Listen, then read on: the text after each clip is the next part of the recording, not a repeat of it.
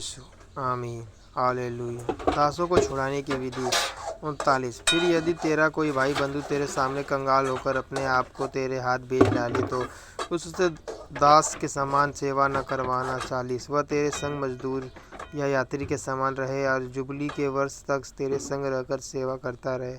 41। तब वह बाल बच्चों समेत तेरे पास से निकल जाए और अपने कुटुंब में और अपने पितरों की निज भूमि में लौट जाए। 42। क्योंकि वे मेरे ही दास हैं जिनको मैं मिस्र देश से निकाल लाया हूँ, इसलिए वे दासी की रीति से न बेचे जाएं। 43। उस पर कठोरता से अधिकार न करना, अपने परमेश्वर का भय मानते रहना। 44। तेरे जो जय प्रभु यीशु आमीन हालेलुया। नव व्यवस्था 25.45-26.10।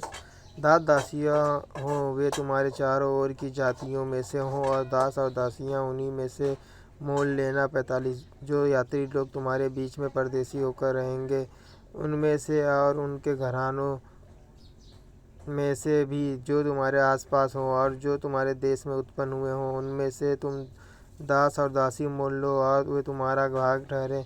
46। तुम अपने पुत्रों को भी जो तुम्हारे बाद होंगे उनके अधिकार कर सकोगे और वे उनका भाग ठहरे। उनमें से तुम सदा अपने लिए दास लिया करना, परंतु तुम्हारे भाई बंधु जो इजरायली हों उन पर अपना अधिकार कठोरता से न जताना।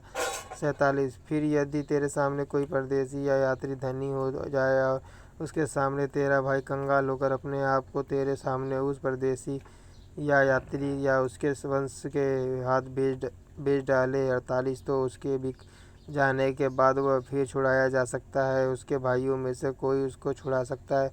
49। या उसका चाचा या चचेरे भाई तथा उसके कुल का कोई भी निकट कुटुंबी उसको छुड़ा सकता है, या यदि वह धनी हो जाए तो वह आप ही अपने को छुड़ा सकता है। 50।